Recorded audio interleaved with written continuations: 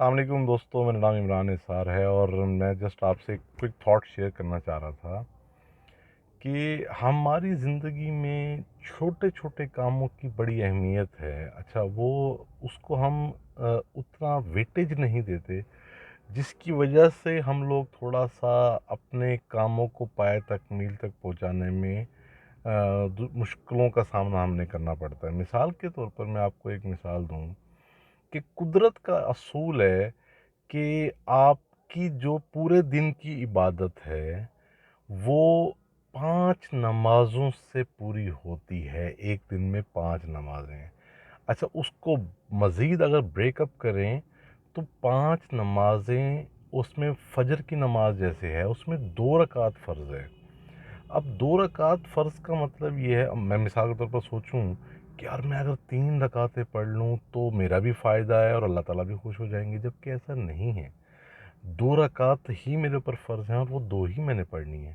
اسی طرح سے اب حج ایک عبادت ہے.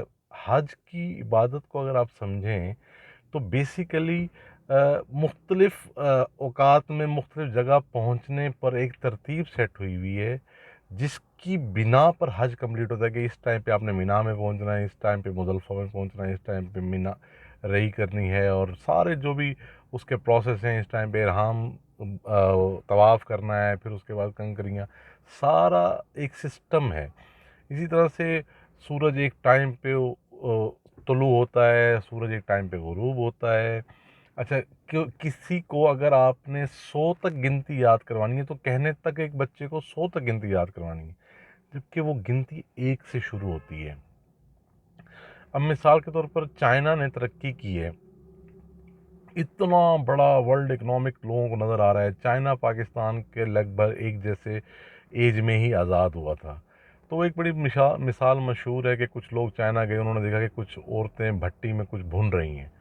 تو انہوں نے دیکھا کہ یار یہ پتہ نہیں کیا بھون رہی. انہوں نے پاس جا کے دیکھا تو انہوں نے پوچھا کہ آپ یہ کیا کر رہی ہیں؟ تو انہوں نے کہا جی ہم سٹیل بنا رہے ہیں.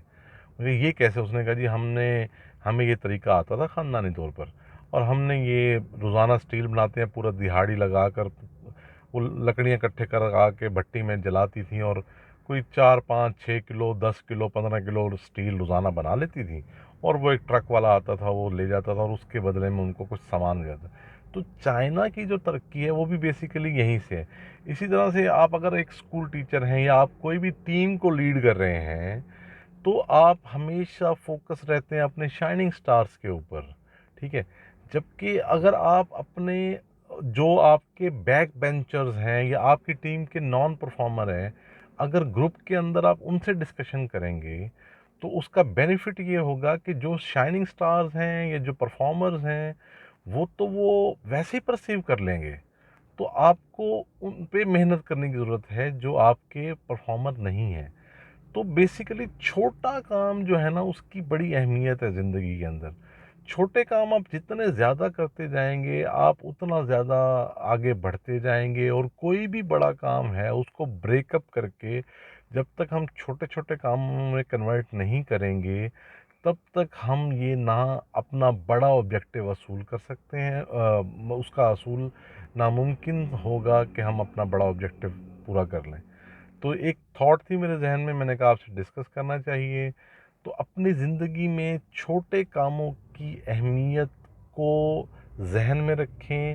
اگر آپ کے مثال کے طور پر آپ کے بچے چھوٹے ہیں اور آپ نے دیکھنا ہے کہ میرے ذہن میں ہے کہ یار میں اپنے بیٹے کو مثال کے طور پر ڈاکٹر یا انجینئر بنانا چاہوں گا، تو اس کے لیے مجھے آج اس کی بیس صحیح کرنی ہے. اس کی پلے گروپ، اس کی پریپ 1 پریپ 2 سے گنتی شروع ہوگی اور اس کو مجھے بلڈ کرنا ہے. تو اس کے بعد کہیں جا کر مطلب مجھے رزلٹ ملے گا. جیسے انبیاء کو ایک چیز مشترک تھی کہ بکریاں چرانے کے لیے ہر انبیاء کو یہ اسائنمنٹ ملا، وہ بکریاں چراتے تھے.